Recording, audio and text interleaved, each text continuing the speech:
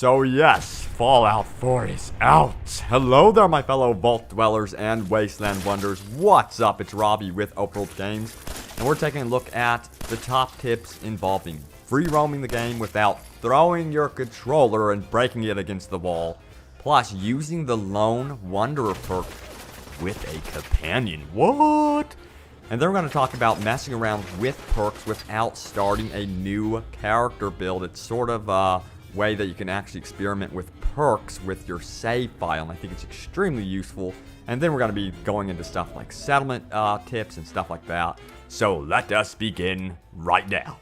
So first of all, this should help you out with free roaming the game, because it can be actually quite frustrating to be roaming around, minding your own business, and then a super mutant just explodes your entire body with a rocket launcher. Yes, that happens in this game, and it can happen quite often. So I highly recommend grabbing the awareness perk immediately at the beginning of the game. This will help you when free roaming the wasteland, because it will show enemy levels and resistances. It sounds like something so simple that maybe you would actually skip over until later in the game, but I highly recommend grabbing it immediately.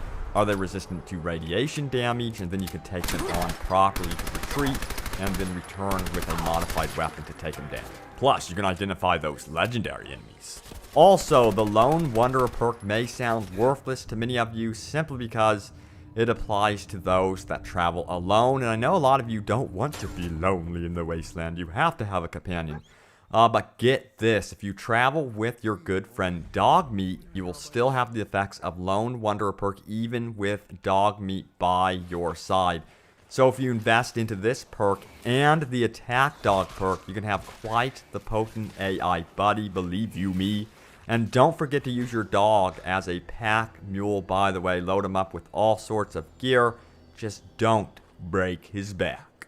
So you've just been notified that you can level up finally. And a lot of you scratch your head wondering, what perk shall I go with now?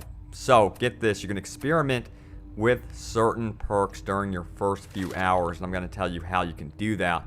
So once you are notified that you can level up, save your game with a recognizable screenshot, because usually there's a screenshot that is taken to let you know, oh hey, this is the part of the game that you are on.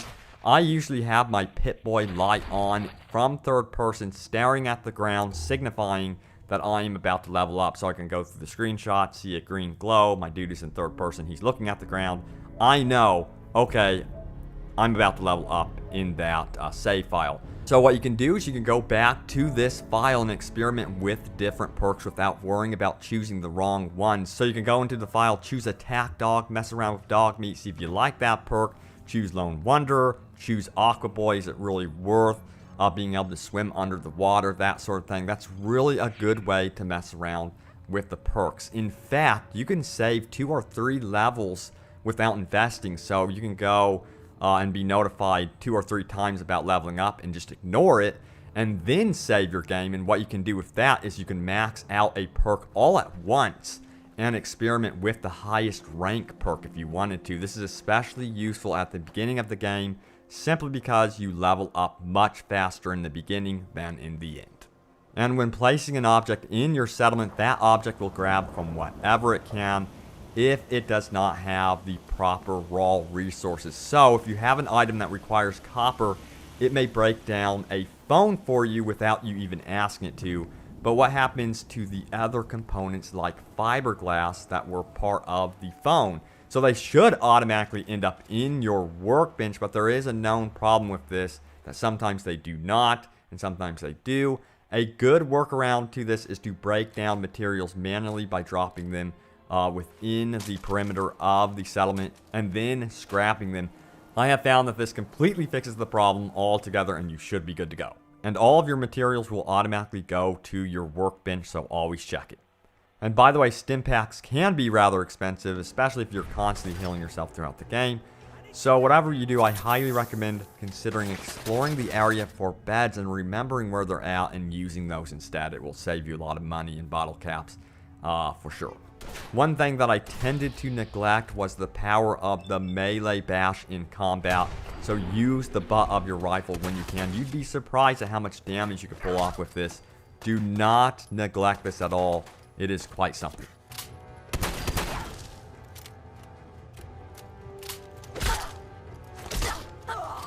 And if you have noticed, you can use benches, chairs, and the like to advance time. This is actually fun to mess around with. Just sit down, watch the sun go down, choose the perfect setting for your mood. You know, I like to go with rain during the evening with a storm. You can actually sort of choose that by using this mechanic, and I love it. So there you have it, my tips for Fallout 4. I am having a total blast with this game. You guys have no idea. Please, again, post your comments about what you think of the game.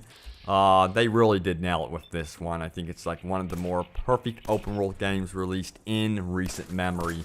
I'm having very little glitches, by the way, which is very surprising for a Bethesda game. I was like, what? I was expecting way more glitches than this, so I'm very impressed with that, considering the scope and size of Fallout 4.